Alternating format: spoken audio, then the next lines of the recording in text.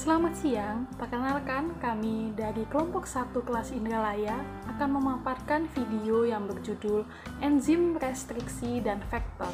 Sebelum itu, perkenalkan anggota kami yang saya sendiri bernama Rahel Dwi Melinda dari Prodi Pendidikan Kimia, Universitas Sriwijaya.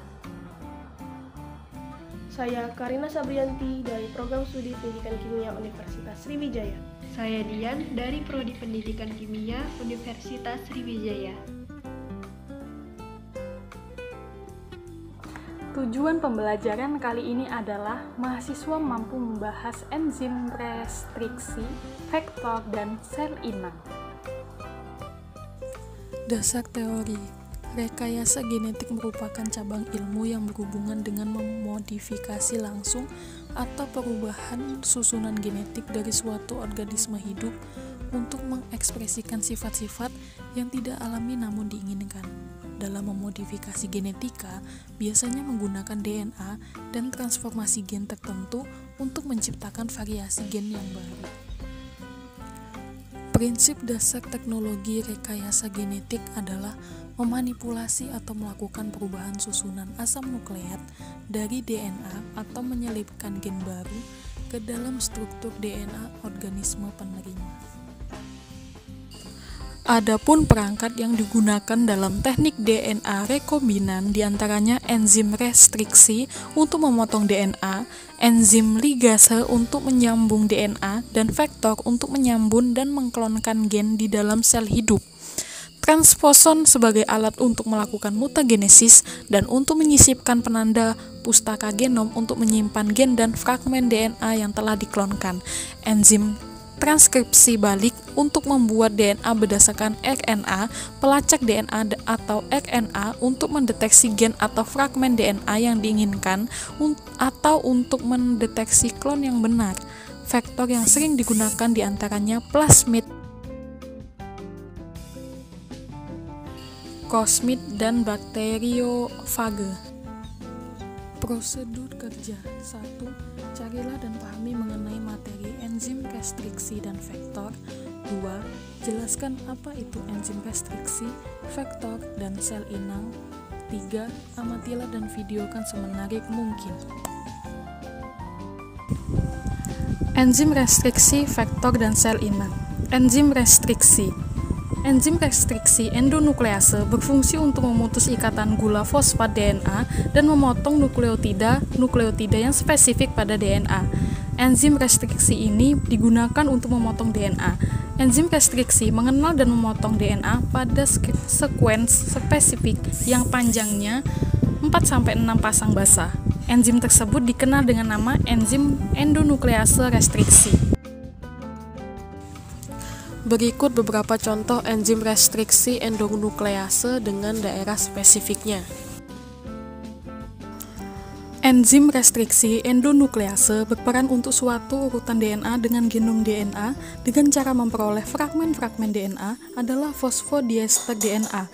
Enzim restriksi yang diproduksi oleh bakteri endonuklease yang secara tipikal mampu mengenali 4-8 BP, urutan nukleotida yang spesifik. Urutan nukleotida yang spesifik pada situs restriksi tersebut secara umum merupakan sekuens palindromik yang pendek dengan pola urutan sekuens yang sama ketika dibaca pada arah 5-3. Enzim restriksi endonuklease dibagi menjadi 3 tipe dengan karakteristik yang berbeda-beda. Berikut karakteristik dari masing-masing tipe endonuklease. Faktor. Faktor cloning merupakan suatu komponen pembawa gen yang akan dimasukkan ke dalam sel inang. Suatu faktor cloning harus memiliki bagian titik mula replikasi atau ORI yang menandai tempat dimulainya replikasi DNA, gen seleksi yang membantu mengidentifikasi sel yang akan diubah dari sel aslinya, dan situs restriksi atau daerah cloning merupakan urutan DNA khas yang akan dikenali oleh enzim restriksi. Suatu vektor cloning memiliki lebih dari satu situs restriksi. Beberapa situs restriksi untuk beberapa enzim endonuklease di dalam vektor disebut polyclinker. Terdapat beberapa jenis vektor cloning yang telah diketahui yaitu plasmid, bakteriofage, vektor virus hewan, dan virus tumbuhan. Sel inang. Sel inang yang kompeten berfungsi untuk memperbanyak molekul DNA rekombinan hasil rekayasa genetika titik beberapa sel inang yang dapat digunakan, misalnya sel bakteri, ragi, sel tumbuhan, dan hewan.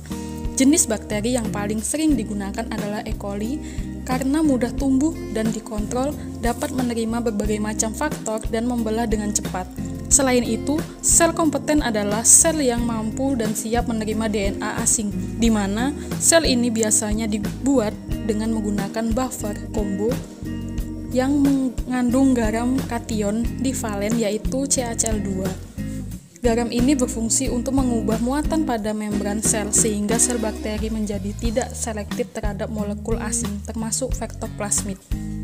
Selanjutnya, ketika digunakan metode kecut panas dengan suhu kurang lebih 42 derajat, maka DNA asing dapat masuk ke dalam sel inang. Berikut skema rekombinan DNA.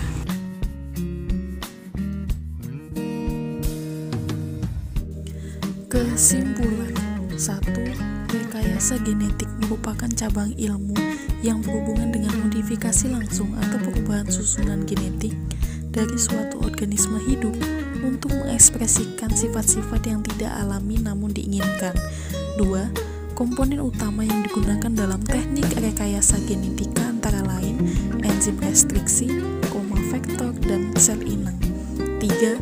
Enzim restriksi endonuklease berfungsi untuk memutus ikatan gula fosfat DNA dan memotong nukleotida yang spesifik pada DNA. 4. Faktor kloning merupakan suatu komponen pembawa gen yang akan dimasukkan ke dalam sel inang. 5. Sel inang yang kompeten berfungsi untuk memperbanyak molekul DNA rekombinan hasil rekayasa genetika.